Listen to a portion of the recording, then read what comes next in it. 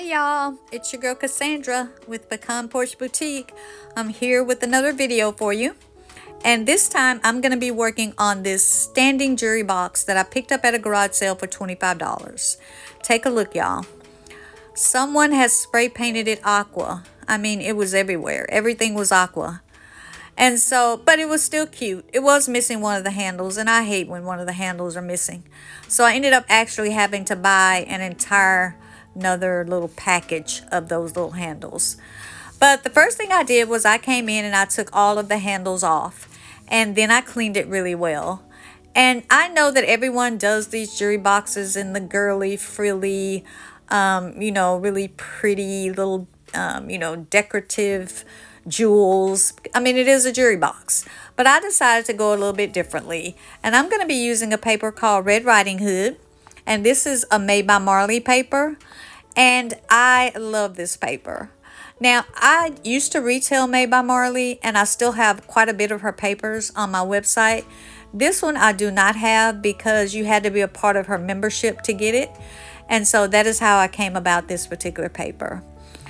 Several good things about the Made by Marley decoupage paper is you get 3 sheets in each order, and they're kind of coordinating sheets. And sometimes they have one that's different and 2 that are alike, and so on and so forth. But another thing is that they are a little bit more substantial than the regular tissue paper decoupage, so you don't have to paint behind them. And it doesn't show through. So that is really that is another good thing. And another thing is that she loves color. And so a lot of her papers are very bright because they're kind of boho and, just very cheerful, colorful papers. So that's the one reason why I love them. So you're welcome to check over on my site for any of the other papers that I have by her. My website is www.pecanporchboutique.com. Now, the first thing I'm going to be doing is giving this piece a coat of Mod Podge, or where I'm going to put the first paper, a coat of Mod Podge. So I've already ripped around my edges to give a torn edge because it's always easier. I will be blending those sides, and it's much easier to blend into a jagged edge than it is a straight edge. So here I am just decoupaging, and I just want to give a word of warning, y'all. Nothing that you see me do here as far as decoupaging is the traditional way to decoupage. So don't follow these steps because they're not really teachable if you're looking to start learning how to decoupage. I just did what I had to do here to get this on. I decided to put those little toothpicks in so that I wouldn't lose the holes where the handles went. And so I had to pull my paper up and over those holes. So now not only am I decoupaging vertically, I'm decoupaging horizontally, and I'm going over the toothpicks. So like I said, non-traditional decoupage here, but I got it on.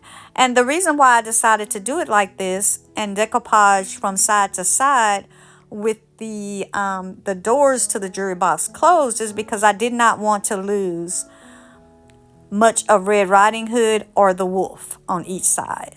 So that's what you see me doing here. I'm using Mod Podge as well rather than my traditional top coat or decoupage medium because the paper is a little bit more substantial.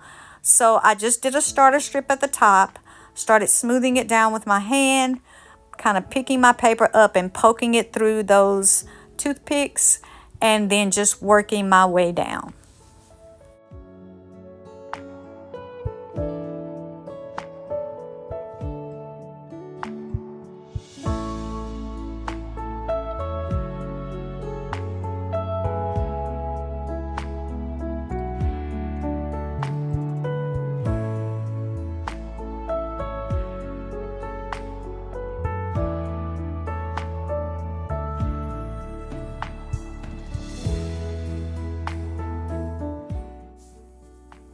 Now you can see that I did get, I'm not sure if you can see, but over on the Red Riding Hood side, you can see that I'm really trying to work that out because I did get quite a few wrinkles in her cape. Not so much on the wolf side, but over on Red Riding Hood side. And I'm sure it has something to do with the fact that I had to, kind of pick up the paper, poke it through those toothpicks, and I was kind of working the middle and not so much concentrating on the sides. And so it did get a little bit wrinkled, but you'll see later on in the video that there is something that you can do if you think that your decoupage paper has too much wrinkling in it, that will help you to be able to smooth it out. But for now, I'm just going through and I'm just continuing to Mod Podge and poke my paper through the toothpicks and smooth it down as much as I can with my hand, and then I'll come back with some plastic wrap and smooth it down a little bit further.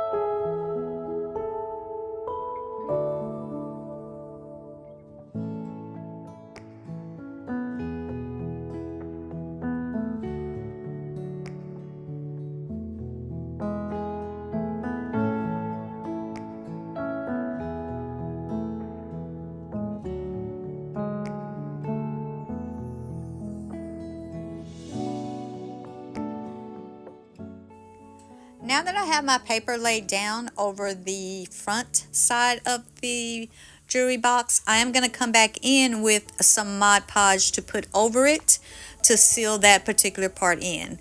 Now for that, it has a lower drawer beneath that little bottom scalloped edge, and I will use the other piece of paper in this set to cover that particular drawer and that bottom part. And again, once I get that paper over the drawer, I will come in with some Mod Podge and seal that all up. There was enough paper left in that last sheet that not only could I do that drawer, but I also did the sides, bottom sides of this piece as well. So because I wanted to decoupage this whole front piece as one so that I could have a one full picture, I would have had to have gone back in to now make the slits for where the doors open on each side and where the drawers divide. Well, I started out with an old dull razor blade. As you can see, that wasn't working very well at all, and it actually tore some of my paper. But in the end, you'll see I worked around that anyway. But I finally went and found my box cutter, and that worked fine to cut through the paper, not only for the sides, but for the drawers as well.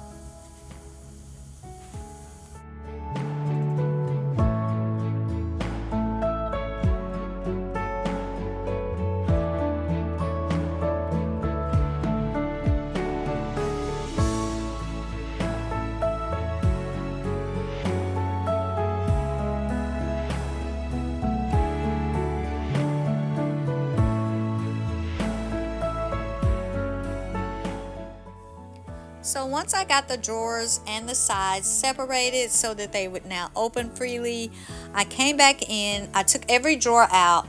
I cleaned up the sides first of all because they had some Mod Podge left over.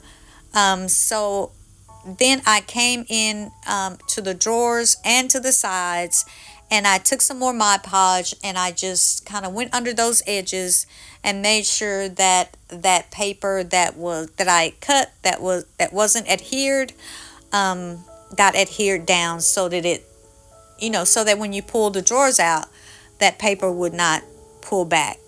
And so that's what I'm doing here. I'm just adding Mod Podge under the edges and I did the same thing to those sides so that it would lay down.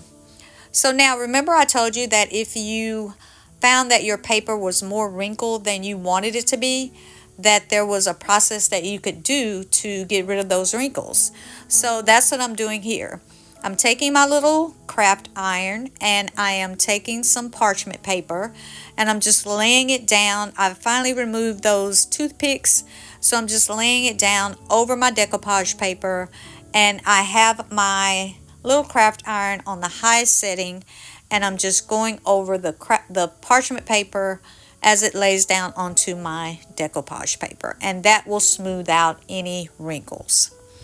Okay, y'all, so now finally on to getting some paint on the rest of this jewelry box. So I did a custom mix. I'm going to be using DIY paints through this whole process, and I did a custom mix of sandy blonde and liquid sunshine to kind of create this kind of not yellow, not tan, but kind of a beigey type look.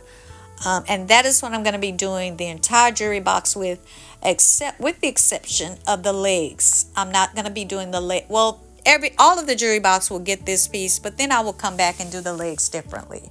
So that's what I'm doing here. I've added some salt wash because that spray paint, there were places where it had dripped, and this salt wash thickened up my paint to give me that added texture that I needed to be able to cover up any type of blemishes that there might be.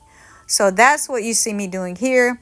I'm just taking it now and I'm pouncing it on rather than brushing it on, and that gives me even more texture, is that pouncing motion.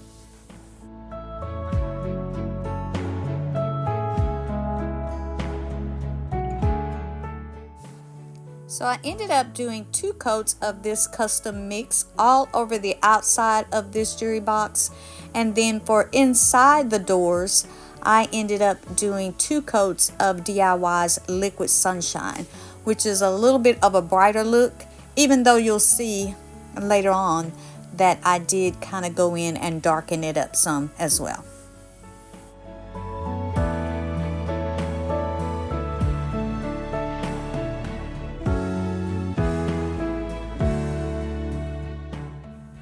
Now here I am coming in and I am taking a smaller brush with that same textured paint, and I'm just going to blend that paint into that paper along the sides.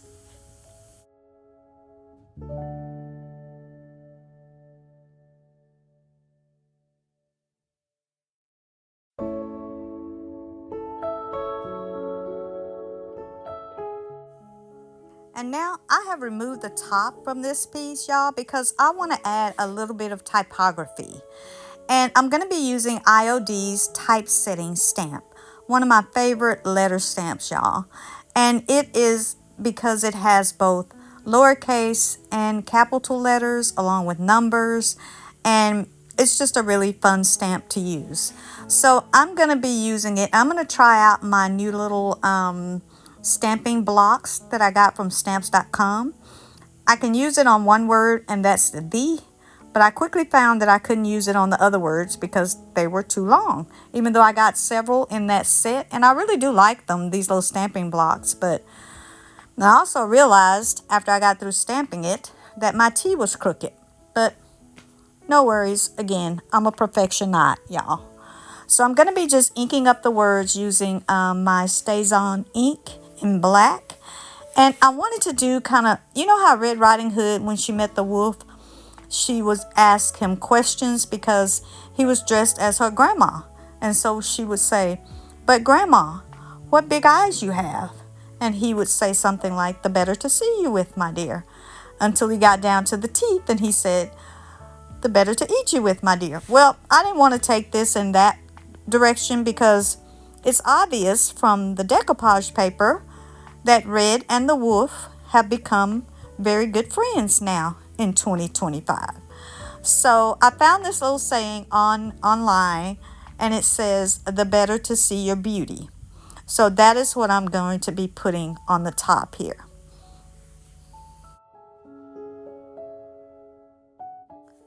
So I had this idea, y'all, that I would do a stamp on the sides of this jewelry box.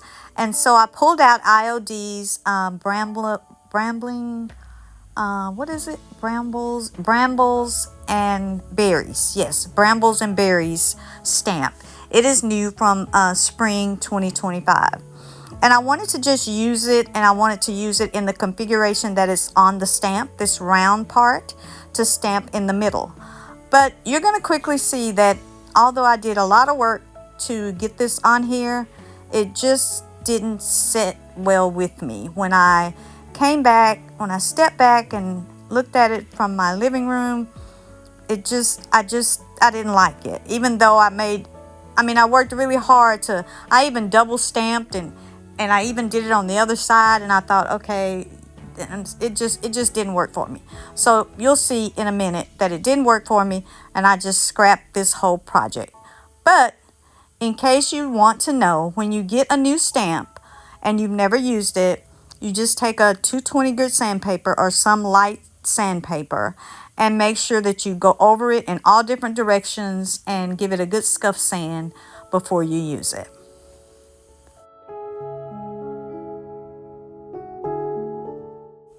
Okay, I did not give up on stamping though, y'all.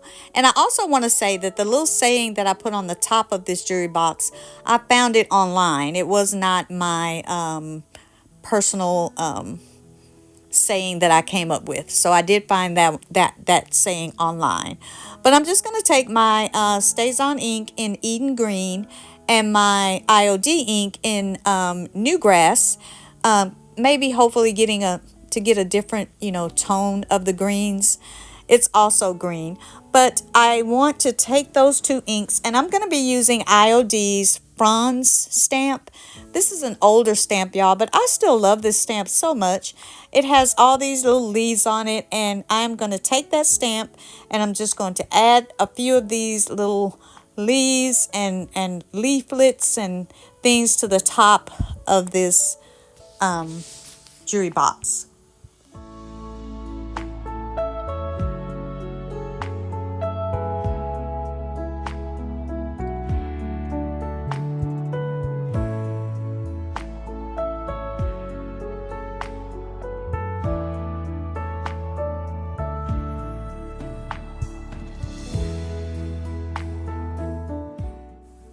One thing I've learned when stamping using my inks is that you want to have enough ink on your pad, but when you go to stamp onto your stamp, you don't want to press so hard that ink bleeds out more ink than you want and goes into other little crevices and things onto your stamp, because when that happens and you transfer it onto your piece, you're going to get these smudges and these blobs of ink that distort your image. So you want to have enough ink on your pad, but you just want to firmly press that stamp onto that pad onto your stamp, not push down so hard that you get a smudged image. And of course, if you can tell when you look at your stamp, when you lift your stamp up, you can tell whether or not you put too much ink on there. And of course, you can wipe it off and start all over.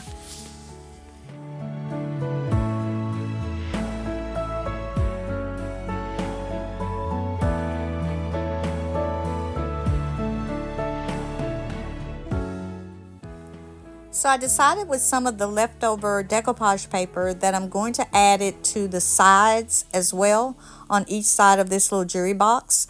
So I'm just going to add some more of this Mod Podge, and I'm going to put it down very heavy because of the texture that I put in this paint.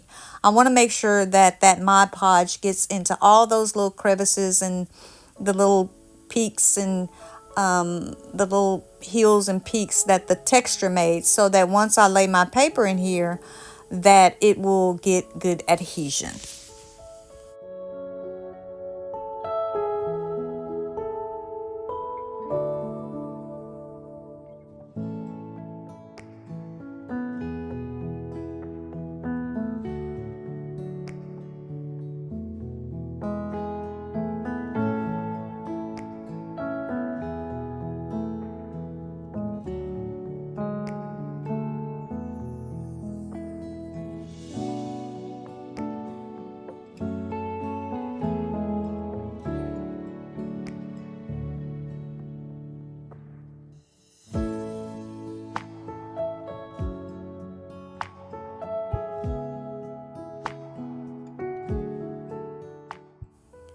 This is IOD's Roses mold, and I am going to be casting some of the pieces from this mold. This is one of the older molds from IOD. I am out of it on my website at the moment, but I'm going to be using this mold because of the roses that Red Riding Hood has in the decoupage paper. I kind of wanted to mimic that to add to the legs of this piece. So I'm just going to be adding some baking powder to my mold, and then I'm going to be using the last of my DOS clay to cast a few of the roses, some of the stems and some of the leaves to add to the legs of this piece. So I just after I dust it up, I press my clay into my mold, and then I pull it back with my fingers. These molds are great because they have that micro rim so that you can kind of feel your way to the very top of that mold and get a good casting. Once I've done that, then I just flip this mold over and kind of let gravity do its work by rolling the mold back, and then the mold kind of just falls out. So here I am now on the floor, which is always my favorite place to be, even though it takes me forever to get up.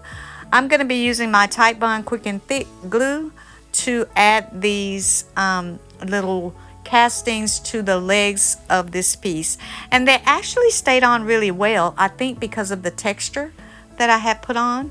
I didn't even have to use my tape, but I'm just going to put these on the legs here, making sure that I press down firmly so that that glue makes contact with every bit of the surface. I'm going to add a rose and the stem and a couple of leaves, and I'm going to do some variation of that on each of these legs.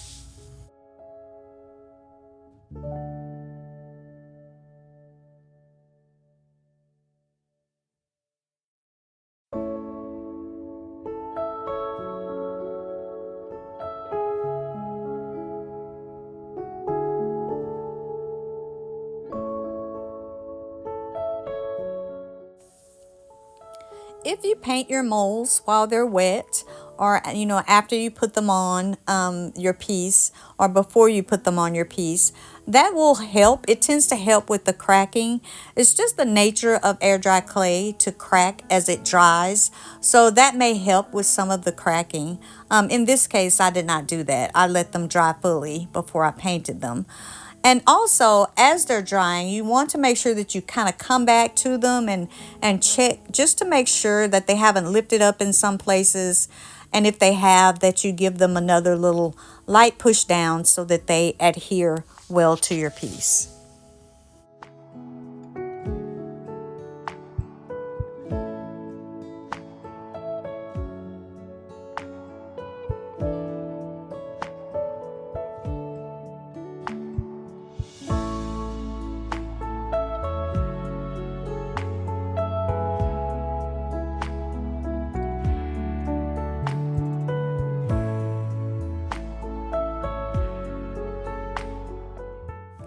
I wanted to keep this jungle theme going for the insides of this piece as well. And again, I've added 2 coats of DIY's Liquid Sunshine. But I wanted to add this transfer from IOD called Bungalow. So I took up 2 pages from that transfer, and I added 1 to one side of the inside of this jewelry box and 1 to the other side of the inside of the jewelry box. And as you can see, I had to kind of tape it down. It kind of slid away from me, but I was able to just put it back together. That's one thing that's really good about these transfers. If it comes loose in some piece, just take that piece and match it to its matching partner and just keep transferring. So that's what I did. Now this will be the only place on this piece that I use wax, but I wanted to bring out some of the texture inside on the inside of these doors with some dark and clear wax. So that's what I'm doing here. I just went over the transfer with the clear wax, and then I buffed it off, and then I'm coming back with DIY's dark wax and then I will buff that off. And it stuck into all those little crevices and cracks and the little texture that the paint made with the salt wash. And then it gave it kind of a real, kind of a more of an aged look. And I thought it went better, that aged look went better with the kind of the dark and moody front side of the jewelry box. So now I'm just, after I've wiped the clear wax off, I came in with the dark wax and I'm just putting that all over, and then I'm wiping that off. And you can go back and forth. If it gets too grungy, just add some more clear wax. It'll act as an eraser. You can go back and forth until you get the look that you like.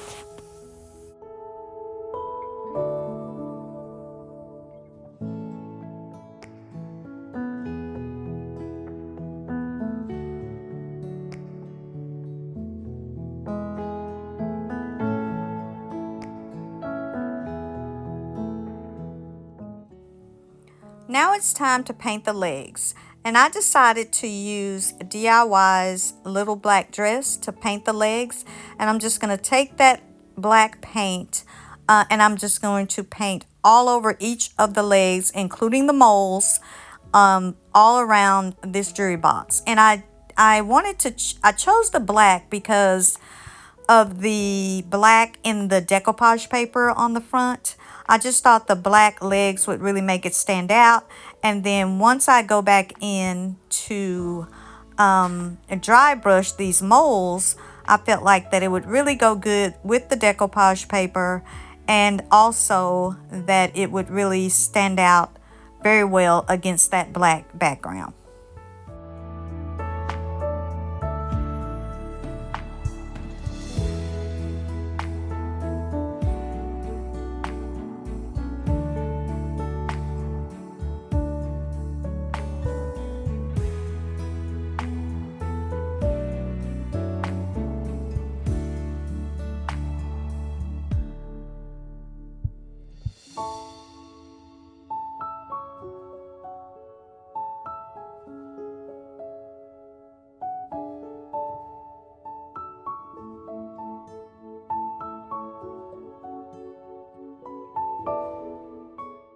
I only gave each of these legs one coat of the little black dress, and then once that was all dry, it's time for some fun. Now it's time to bring these molds to life with a little bit of dry brushing in DIY paint, Marquee and Gypsy Green. I'm just going to take just barely any paint on my brush and go over the high points of each of these molds. And I think it just turned out so pretty against the black background. And y'all, once I am done dry brushing, this project has come to an end. And you will see that there are going to be some places where I just had to embrace some of that aqua. I just could not eradicate all of it. And so I just decided, you know what? I'm not going to fight you anymore, aqua. I'm just going to embrace you. Because again, I'm a perfectionist. So once that's done, I take my big top and I go over this whole piece to seal it up. And then I could not forget gold, y'all. So you're going to see gold around the rim of the top, around the lower scalloped edge on the bottom. You're going to see gold along the feet. And I kind of made it look like it was kind of dipped, so it's kind of an irregular, it's not even all the way around. And because y'all know I had to add some gold. I mean, y'all know that, right? So, and then on the inside of the mirror, I also added that same liquid sunshine, did the black and clear wax, or the clear wax and the dark wax. And I also added a little piece of that bungalow transfer. And this project was done, y'all.